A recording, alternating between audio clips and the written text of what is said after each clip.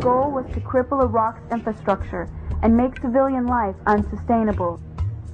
We demonstrated the capacity of technology to cripple a country without ever setting foot on it in the Persian Gulf. It's important to recognize that because it goes hand in hand with the sanctions.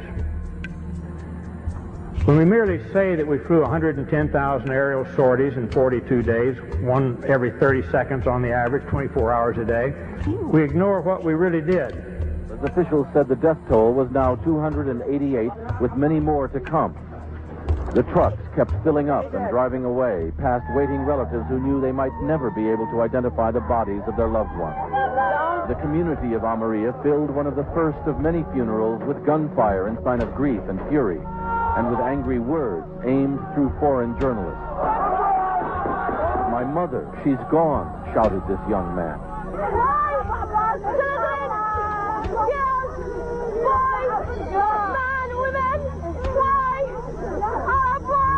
This woman asked, "Could not all your modern technology tell you that there were children and women here?"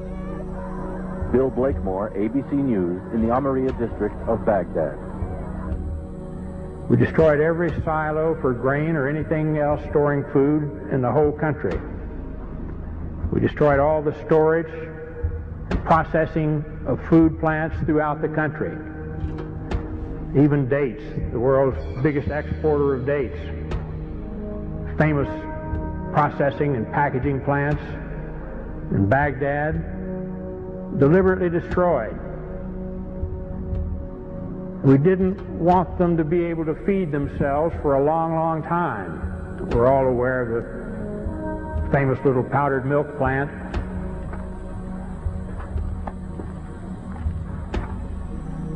The United States government says that in this factory here you were making chemical weapons. Is that true? No, that's not true. They are lying. Because this is milk for children. This powder, milk of children. Nothing else was made, only this in the factory? Yes, and you can see in yourself. With the only factory in the Middle East to produce powdered milk, they were producing about 17% of their powdered milk requirements. We destroyed that, cut off all the milk. The malnutrition of the mothers immediately jeopardized all of the infants. 70% of the pregnant women, even today in Iraq, suffer anemia. The death rate for children has soared compared to 1989, the last year before sanctions. One of the biggest causes of death in Iraqi children today is diarrhea and dysentery due to the untreated drinking water. Iraq's water purification plants were heavily bombed in the war, and many that were repaired have broken down. The United Nations bans the import of spare parts and chlorine into Iraq to purify water. We saw the effects of this policy in the hospitals. This is the second attack form of acute bloody diarrhea, anemic dysentery.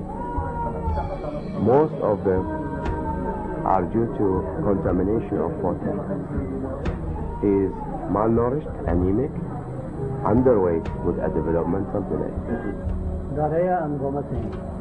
Do you have tap water there? No. You see the conditions of these children shouldn't happen anywhere, and it's caused by the sanctions the United States government insists upon.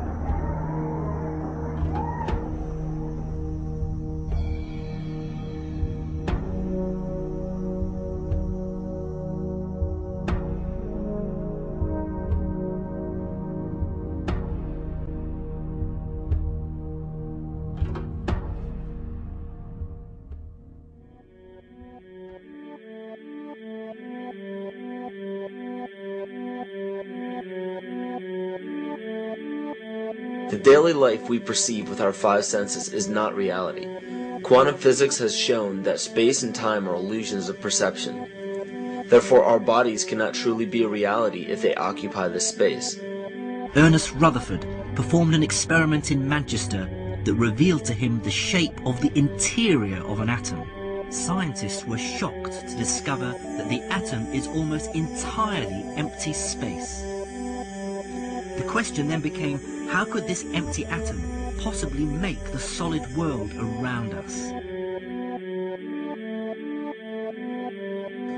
Our true consciousness does not exist in our brains or in our bodies.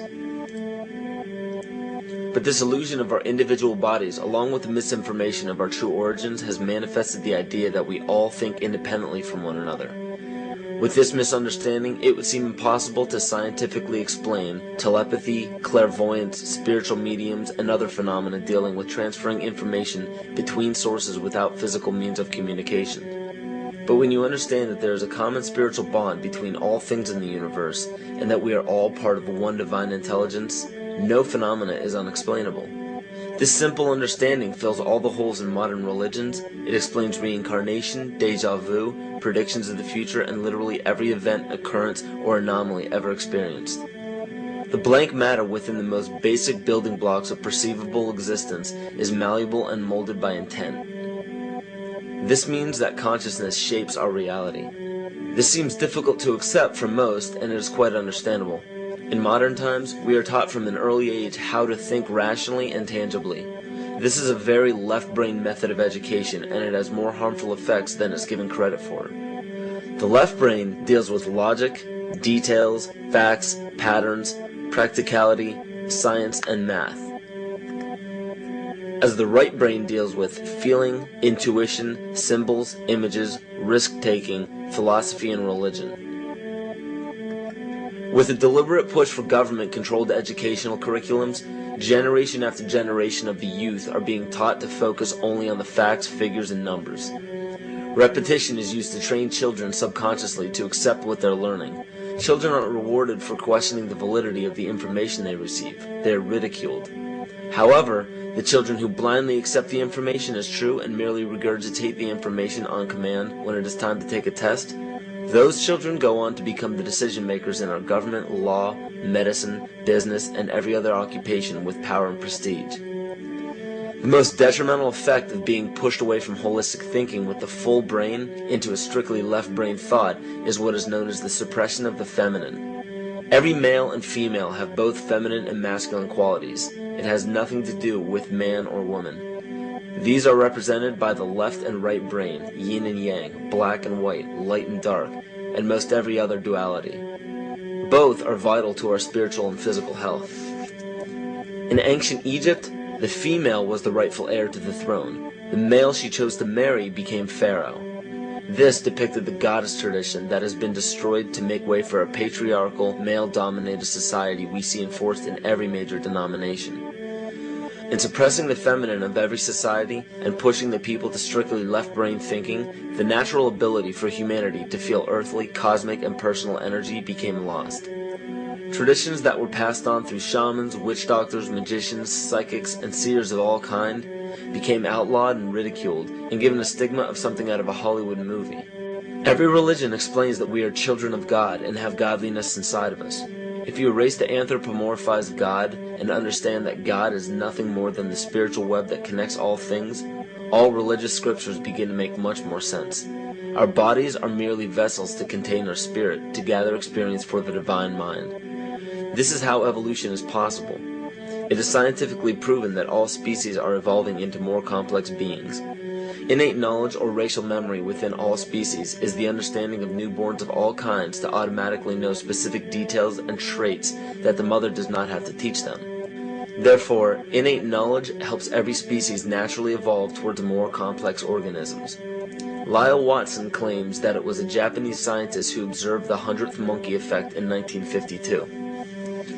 In this observation, he discovered that a certain portion or percentage of monkeys learned or developed a new trait. The knowledge became an innate ability in that species. This is further testimony to a collective consciousness among species.